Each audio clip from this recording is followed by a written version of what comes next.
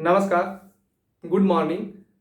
Today I will be discussing about rising prices of commodities in Bangladesh. Bangladesh में जो है वो महंगाई चरम पर है. चरम पे तो नहीं कह सकते, ये नहीं कह सकते कि श्रीलंका जैसी स्थिति है, लेकिन बांग्लादेश में भी महंगाई बढ़ी है और वहाँ के जो आम लोग हैं वो त्रस्त हैं.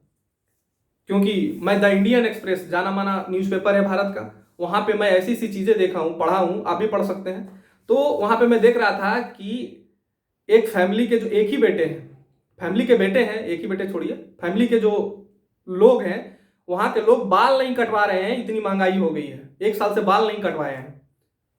कोई बोल रहा है, और भी मैं सारी चीज़ों पे देख रहा था, कोई बोल रहा था कि इतना प्राइस बढ़ गया है तेलों का, खाने वाले तेल का, मैं क्रूड ऑयल की बात नहीं कर रहा हूँ, खाने वाले तेल का, गैस सिलेंडर्स का, है ना, और भी जो सामानें हैं उसकी कीमत बहुत ज़्यादा बढ़ गई है. तो जिंदगी जीने में कठिनाई पैदा हो रही है.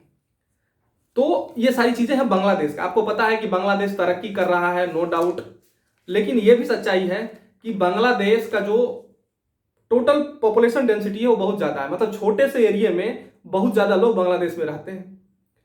और बांग्लादेश तभी पूर्ण रूप से विकसित कहा जाएगा या कोई सरकार विकसित कर सकता है बांग्लादेश को जब वहां के आबादी पे कंट्रोल लगे. आबादी पे तो कंट्रोल लग नहीं रहा है.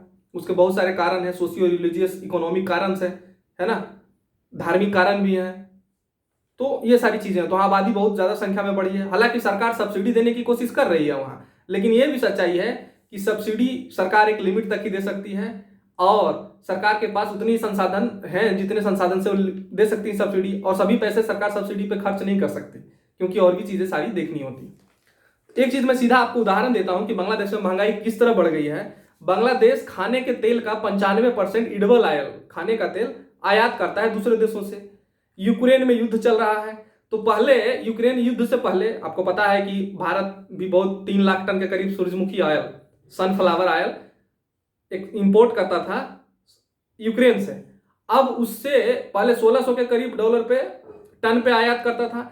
अब 2100 कुछ पे, 2200 के करीब डॉलर पे भारत आयात कर रहा है. पर टन के लिए मैं बात कर रहा हूं, पर टन अप्रोक्सीमेटली $2200 सनफ्लावर आयात करेगा. ये कहां से कर अभी भारत ने किया है, 45,000 टन का किया है. किससे? रसिया से, चूंकि वहां से शिपमेंट आ नहीं रही है यूक्रेन से, है ना. मैं जस्ट उदाहरण दिया. तो 95% बांग्लादेश आयात करता है एडिबल ऑयल. तो युद्ध शुरू होने के पहले $700 पर बैरल था. एक बैरल में 159 लीटर होता है, आपको पता होगा, तो इतना था. लेकिन 95%, मैं ठीक है आपको कह रहा हूं. अब क्या हुआ है कि ये राइस जाके दोगुना से भी ज्यादा हो गया है. 1940 पर बैरल हो गया एडिबल ऑयल. तो महंगाई तो बढ़ेगी.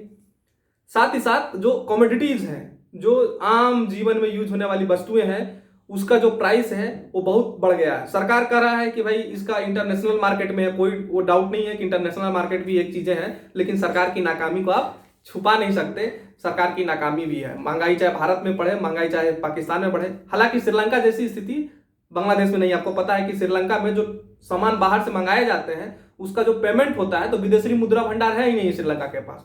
और श्रीलंका में 500 रुपये किलो चीनी हो गया, है ना, चावल दूध हो गया 2000 रुपये पर लीटर. तो इस तरह का सिचुएशन रहा है. वो भुखमरी जैसी समस्या उत्पन्न हो रही है. भारत ने हालांकि पूरा मदद किया है श्रीलंका को, लेकिन भारत की भी एक लिमिट है.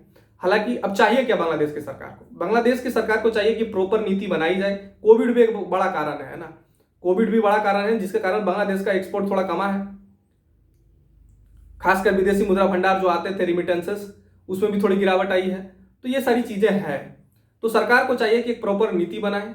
साथ ही साथ इंटरनेशनल मार्केट है जिसमें हम लोग ये कहें कि रसिया और यूक्रेन का जो युद्ध हो रहा है वो भी खत्म हो जाए. हम लोग यही आशा करते हैं. Whoever is watching me till now, I am thankful to them. Please like and subscribe my channel. जय हिंद, जय Bharat. I am from India.